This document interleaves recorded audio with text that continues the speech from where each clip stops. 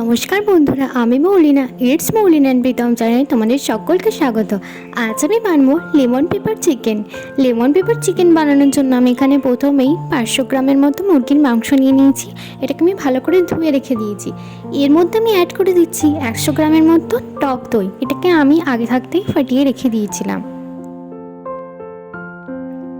এরপর আমি দিয়ে দিচ্ছি 2 পাতিলেবুর রসটাকে বের করে ভালো করে ছেঁকে নিয়েছি।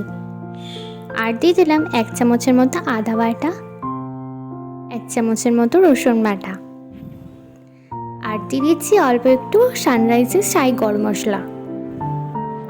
এরপর দিয়ে দিচ্ছি সানরাইজেরই মরিচ পাউডার, আর দিলাম অল্প একটু নুন। এবারে আমি এই চিকেনটাকে ভালোভাবে এই মশলাগুলোর সাথে মিশিয়ে নেব। মিশিয়ে এটাকে চাপা দিয়ে প্রায় আধা ঘন্টার মতো রেখে দেবো। এদিকে আমি কড়াতে সাদা তেল দিয়ে দিয়েছি গরম করার জন্য, আর আমি এই চিকেনটা পুরোপুরি সাদা তেলে রান্না করব। গরম মশলার মধ্যে দিয়ে দিচ্ছি অল্প একটু জিরে, লবঙ্গ, এলাচ, দারচিনি, আর দিয়ে দিচ্ছি গোলমরিচ। এগুলোকে আমি একটু ভালোভাবে গরম তেলে নাড়াচাড়া করে নেবার পর এবারে চিকেনগুলো আমি একে একে এই তেলটার মধ্যে দিয়ে দেবো।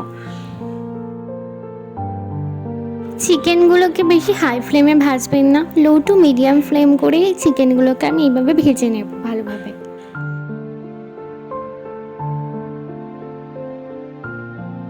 যতক্ষণ চিকেনটা এদিকে ভাজা, ওদিকে আমি একটা বাটিতে অল্প একটু জল দিয়ে একটু কর্নফ্লাওয়ার গুলে রেখে দিয়েছি এটা গ্রেভি বানানোর জন্য।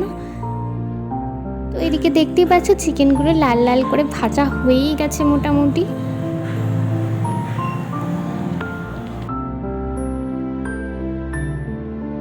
এবারে এই চিকেনটাতে যে চিকেনের মশলাটা বেজেছিল এই মশলাটা দিয়ে দেবো এর মধ্যে।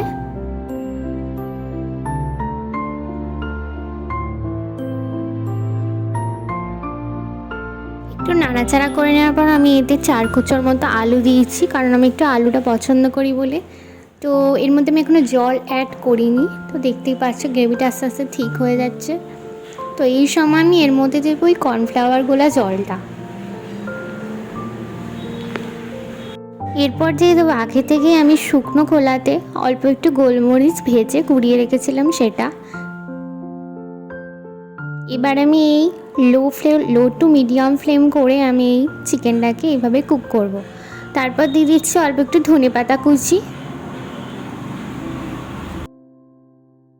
তারপর দিয়ে দিচ্ছি কয়েকটা কাঁচা লঙ্কা, গোটা কাঁচা লঙ্কা। আপনারা চাইলে কুচি করেও এটা দিতে পারেন।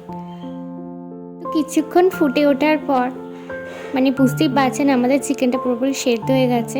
তো আগে থেকেই স্লাইস করে রেখে দিয়েছিলাম এই লেবুর টুকরোগুলো আমি একটা একটা করে এর উপর দিয়ে দিচ্ছি। এই সময় গ্যাসটাকে একদম লো ফ্লেম করে দেবে। এরপরে এবার বুঝতেই পারছেন চিকেনটা রেডি হয়েই গেছে।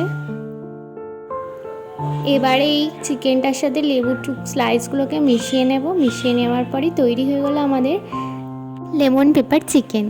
এটা আপনি ভাত, রুটি, পোলাও, নানপুরি এসবের সাথে পরিবেশন করতে পারবেন।